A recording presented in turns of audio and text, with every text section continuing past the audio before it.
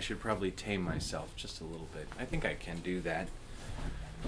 You know, the reason why I've been a little untame is, well, there's been this major problem in my country for quite some time, and I've been struggling against it, and my voice has not been heard, and in fact my voice has been actively suppressed. Is that what has made you into a vandal? Yeah, I guess so. At 33 years old, I decided for the first time in my life to spray paint something. This is the first time you've ever vandalized something. I mean, if that's the word you want to throw on it, I mean, the way I see it, you know, in the First World War, the guys that were fighting for Canada, they wrote stuff called trench poetry on the walls of the trenches, kind of moments before they would go over the top to basically certain death. And, you know, John McCrae, the guy who really wrote the words that I just kind of reiterated on the cenotaph, like, that monument is to him and a bunch of people that died in that war, and other wars as well, the Second World War, like in Korea. I mean, I'm not a certified war historian or anything, but I've definitely always been very fascinated and interested with tales of Canadian combat, like the fact that Canada has the best snipers in the world. Like, that's kind of like, guys, we should be like really proud of that. Okay, hold on. You just blew over a fact here that I want to focus in on. Oh, okay. So the Canadian you got to soldiers, zoom in and like get the sniped angle on this. You got to know that Canada has snipe it. Yeah, that's right. So you said that the Canadian soldiers would write things on the wall before they would vault over it, risking their lives for our country. Yeah. And that was not considered vandalism. Yeah. At the time, yeah. right? Because well, they but were I mean, risking their lives. obviously, there's also a difference between like the parapet of a trench and a war monument outside of a courthouse, right? Like, I'm not saying that I view the cenotaph as the same thing as like the side of a trench, right? Which was just something. Of course not. But the thing that I want to get to is what has happened to you since graffitiing this monument. Right. Right. So what has happened to you since then? Well, you know, I wrote. So I mean, here let's go through the story of how everything went. You know, I was trying. Well, hold on, Thomas. Oh, okay. I'm sorry. No, I'm that's sorry. fine. That's fine. I just want to. The reason why I wanted to ask you that question is to draw a parallel between the soldiers that were graffitiing that wall before they launched themselves over into harm's way. Right. And yourself, who graffitied this monument, right, and then launched himself into harm's way, because now... Oh yeah, Canada is not really a free country. We're kind of a vassal state of the Communist Chinese. They have far too much power over a bunch of things. Okay, but I just want to know what happened to you now, since you've done this. So tell me what you did. So, you know, I spray painted the cenotaph, and then I went home and slept a little bit, you know. Tried to rest, and then I woke up and saw a bunch of this shit, and I was like, oh, okay, so this is how they're all reacting. So I wrote my statement on why I did it, and then I walked into Mayor Tory's office, and I delivered a handwritten copy of the note there. I mean, I also gave a copy of the note to the transgendered librarian at the library, where I printed off this stuff, and, you know, I told her, don't let anybody tell you this isn't your Canada either, you know. So, and then I dropped off the letter at Mayor Tory's office, and then I went and dropped off the statement at the Crown Attorney's office, and I sat down and, you know, waited for one of the Crown Attorneys to come and talk with me, which one of them did. They came out and spoke with me. And, you know, we discussed it at length, and, you know, he conceded it was a very well-written letter, and he totally understood why I did what I did. So, you know, we had that conversation. He asked me if I would be willing to sign my name. He offered to lie and say that, you know, he didn't meet with me or anything like that, and I was just like, oh, no, don't worry about that, man. Like, you don't have to lie for me. It's all right, you know. And so, and then, you know, I guess what happened was the Crown submitted that to the police, and then the police apprehended me at my apartment with guns drawn. And, you know, they told me that there was a consideration of deploying the SWAT team to apprehend me. And you know, so tell me about that moment. Because you were in your apartment and you were sleeping at the time. You don't have to get into too much detail. But, I was asleep. I was asleep with my pants down. And this like big fat guy with a gun comes in my room. He's like, "Put up your hands." I'm like, "My hands are up. My hands are up." Just, you know. And he's like, "Take off the blanket." I'm like, "My pants are down." So that was an interesting thing. And then, you know, they cuffed me still with the pants down. And then, you know, it's just like a bunch of bullshit is written about me in my psychiatric record and the records that the police maintain and hold on me. And I've never been able to defend myself against these allegations in open court. They've always tried to say that I'm mentally incapable of understanding the harm that I've done. And then, you know, they subject me to torture. And it's a very dehumanizing process of being fully tortured and subjected to a bunch of inhumane druggings and basically what I can only describe as cruel and unusual punishment. Okay, before we get into all that, though, Thomas. Yeah. I just want to talk about... but I want to focus on the fun things. We don't have to focus on, you know, because like... No, I know you don't want to. Not everybody in Canada knew that, you know, the government was secretly torturing people. How could you know? You'd have no idea, right? And I want to get into that, but like right now, just in this moment, what I want to focus on is...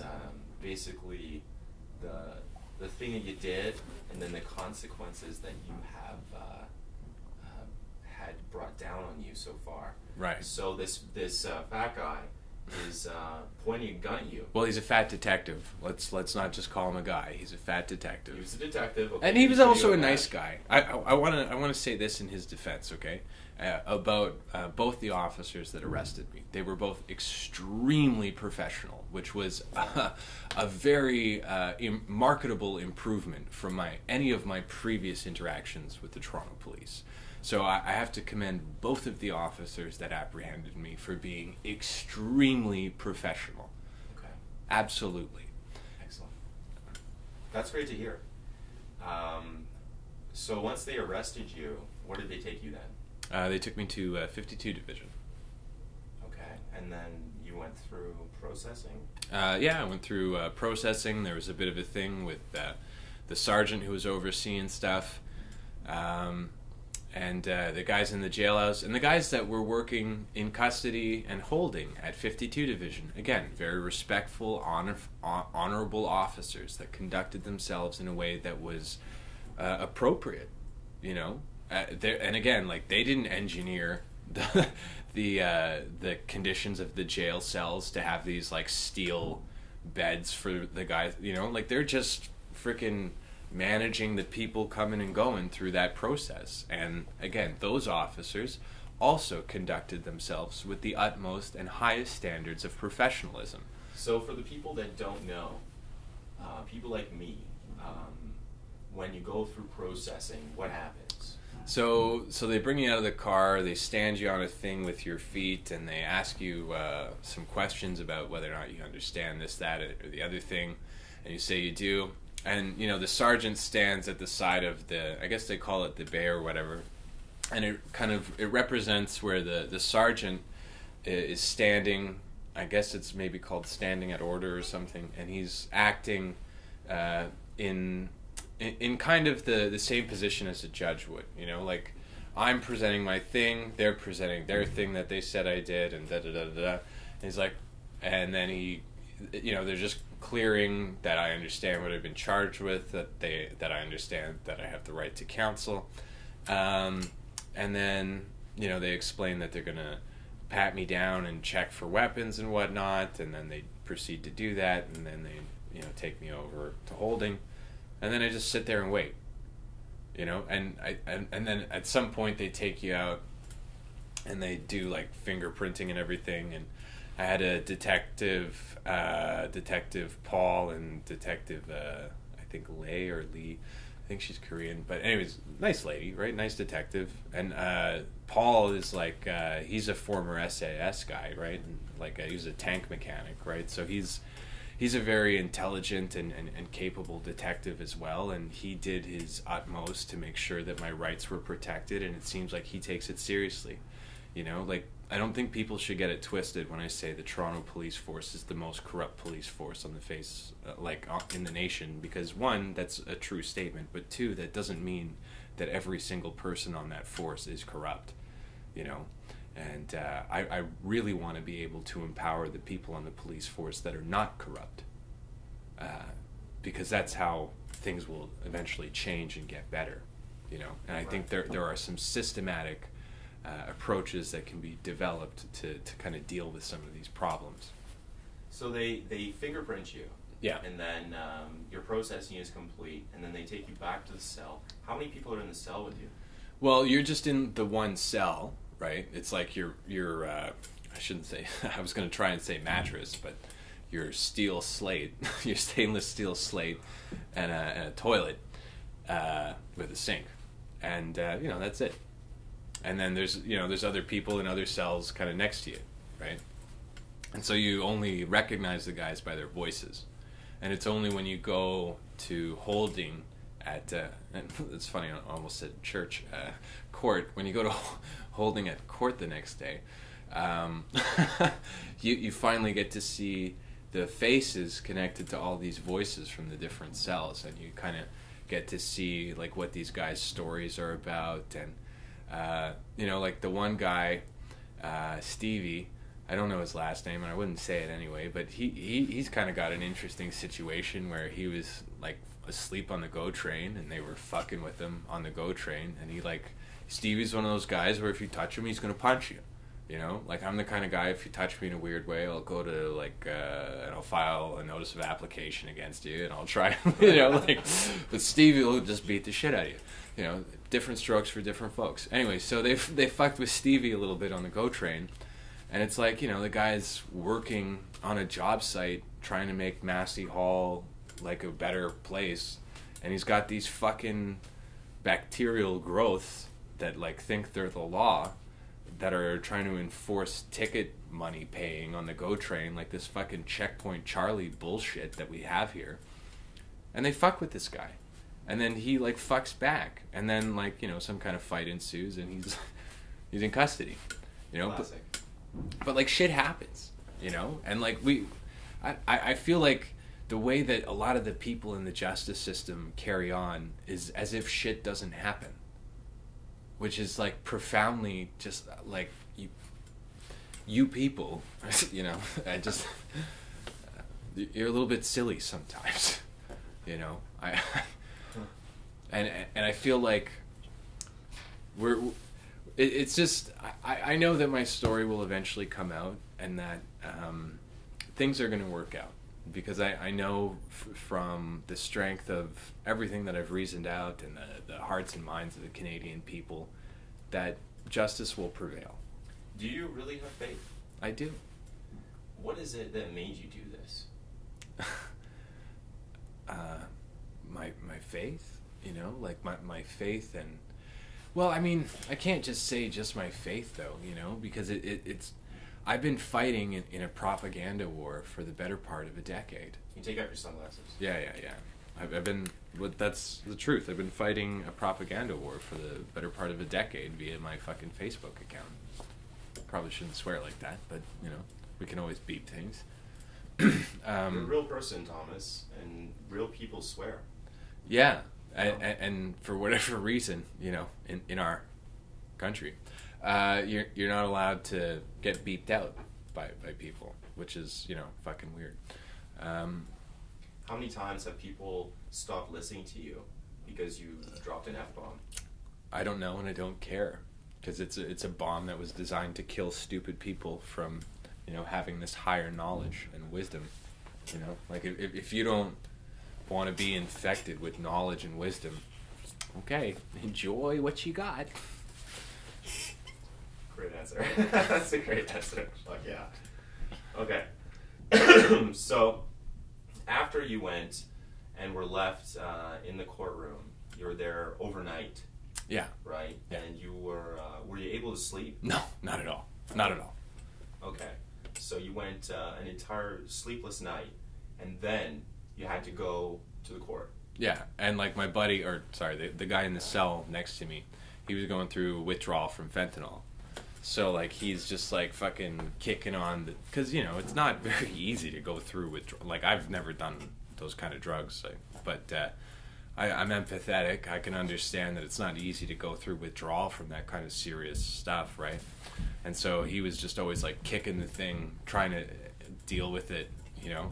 And he was really gracious about it too, you know. Like he'd apologize, he'd be like, "Sorry guys, like, you know, I'm just like, this is what I'm dealing with." And I was really touched by kind of like the spirit of camaraderie among my prisoners, my fellow prisoners, because it's like we all kind of recognize that and I think most people that have been through the jail system in Toronto recognize that it's a piece of shit, and it's like fucking up and screwing a bunch of people's lives over with a bunch of bullshit charges, and it's like a system that's designed to just produce convictions. Like I feel like you know, if you're enjoying this type of content, you should get yourself a Netflix account if you don't have one already, and you know, go check out Roman J. Israel Esquire, a great film starring Denzel Washington.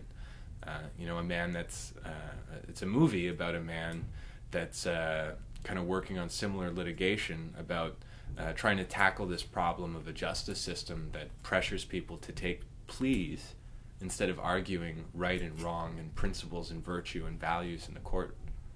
And you know, what's happened in our court system is we have a bunch of people practicing the law in a system that's founded on the supremacy of God that are apprehensive and offended by the concept of God.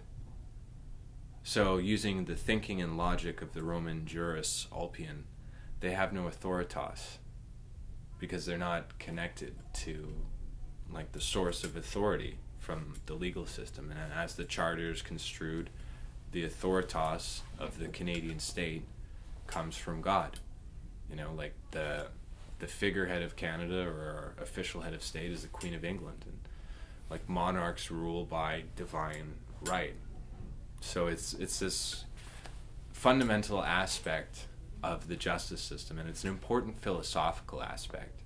And you know, I believe that the Law Society made an incredibly grievous error with the moral character requirement by not expressly making that include some type of reference and supplication to deity, because the justice system is founded on deity. It doesn't necessarily mean Christian deity, okay? Like I think there's room for Islamic interpretations and Hindu interpretations and Buddhist interpretations and First Nations interpretations, right? Like God in the legal aspect of things is like the square root of -1, which is of course an imaginary number that mathematicians made up, and because they made up this value, they were able to develop a bunch of well, basically everything you enjoy today.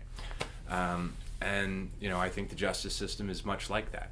And so when we get rid of the supremacy of God aspect of things, it leaves the moral characters of the people practicing within this system vulnerable to corruption. Because like the truth is that as human beings, none of us is infallible. We all make fucking mistakes. We all have passions, and it's hard to control them. We make errors of judgment. You know, these types of things are part of the human experience. And so having a justice system that's fully derived and overseen by people that don't think that there's anything higher than what we are will cause the system to decay. And so like when you look throughout history at like different legal systems that have existed without the deity component, what do you get? You get the Soviet Union, Communist China. I'm sorry, but I don't think those are valid legal systems. And anyone that does is an idiot.